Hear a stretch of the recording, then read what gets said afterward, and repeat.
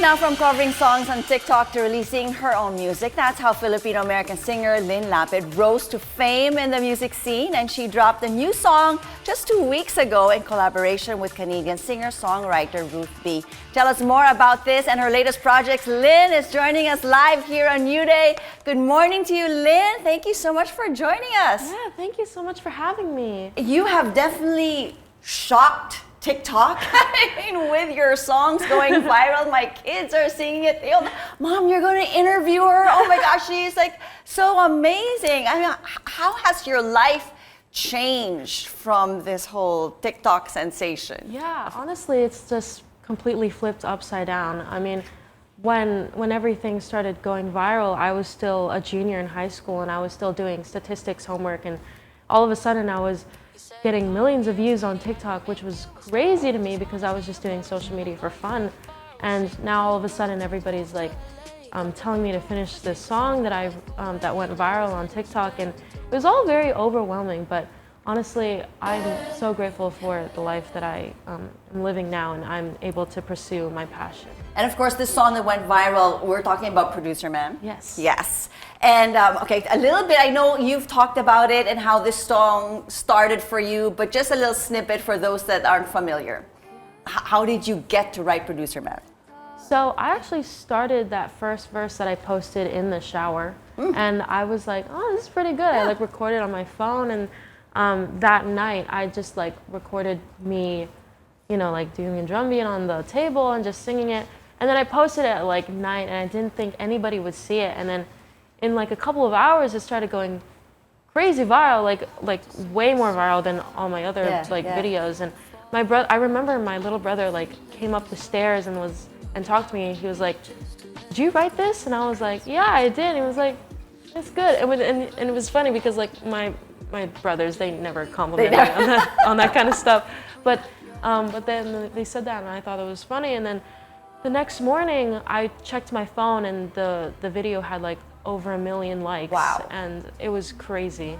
And then from then on, your life was just one big fun roller coaster.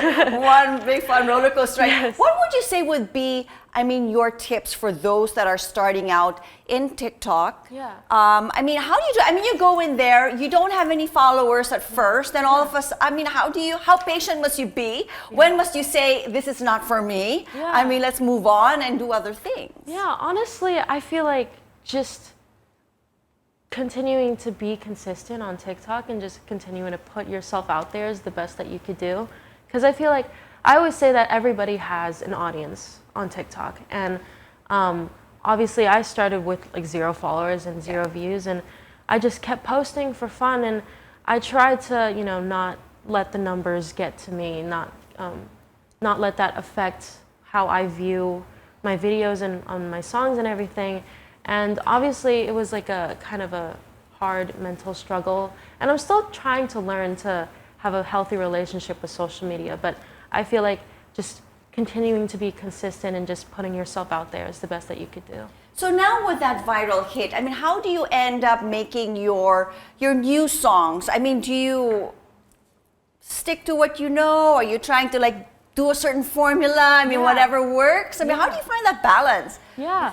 Over the years, I've started working with co-writers, which was different because I used to just write by myself. But I feel like now I could just have, you know, a small room of people who will help me creatively and will help me build what I want to write about and conceptualize. And now I feel like I've really solidified my writing process and how I make music. And now I really think that I have a process now compared to, you know, 3 years ago when I didn't know what I was doing. I mean, you came on and you were doing your ukulele, you're doing covers, and then Producer Man came, big viral hit. And now, I mean, of course, you have your EP that was out, The Outsider. Yes. And then now you have a new song. Yes. And a collab. It's just a wonderful thing that's happening to you. Yeah. So you have your song now is Do You Really, collab with Ruth B. Yes. Yeah. The way that came to be was crazy because we wrote this song before I finished Producer Man 3 years ago. And it took 3 years for us to finish and, you know, put out the song. And I finally met Ruth B back in December of last year for the first time. And she's like the absolute sweetest human ever. And it was just like a really full circle moment because I used to watch her on Vine when it was still a thing, like 10 years ago. And it's crazy that I say that 10 years ago. But I've been such a huge fan of her, and it was just a dream to collab with her. There you go. So with that, I mean, just for the benefit also of our viewers, you know, so Ruth B, Canadian singer, sang Lost Boys and Dandelion, and then, you know, you have lots of interesting stories and how they all kind of come together. Full circle, you're back here in the Philippines. You haven't been here in 10 years. Yeah, I haven't been here since I was like a small child, and I just saw my mom's side of the family who lives here yesterday, and I haven't seen my cousins in like 10 years, and they were all like this tall when I last saw them because we were all the same age. And it was just so crazy to see them again after so long, and hopefully I'll be coming back soon. I'm actually coming back soon. Well, I do hope you get to visit us soon, because I do know that you were recently just in Singapore for a wonderful women's highlighting women's concert. Was this the Alex, what was that? The Alex Blake Charlie Sessions, yeah.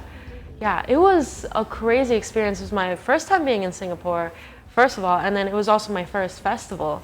And it was such a whole different experience for performing live at a festival. Like, everybody was super nice, and all the artists were super talented, and they were super nice too. I was like talking with them backstage, and the whole process was really cool.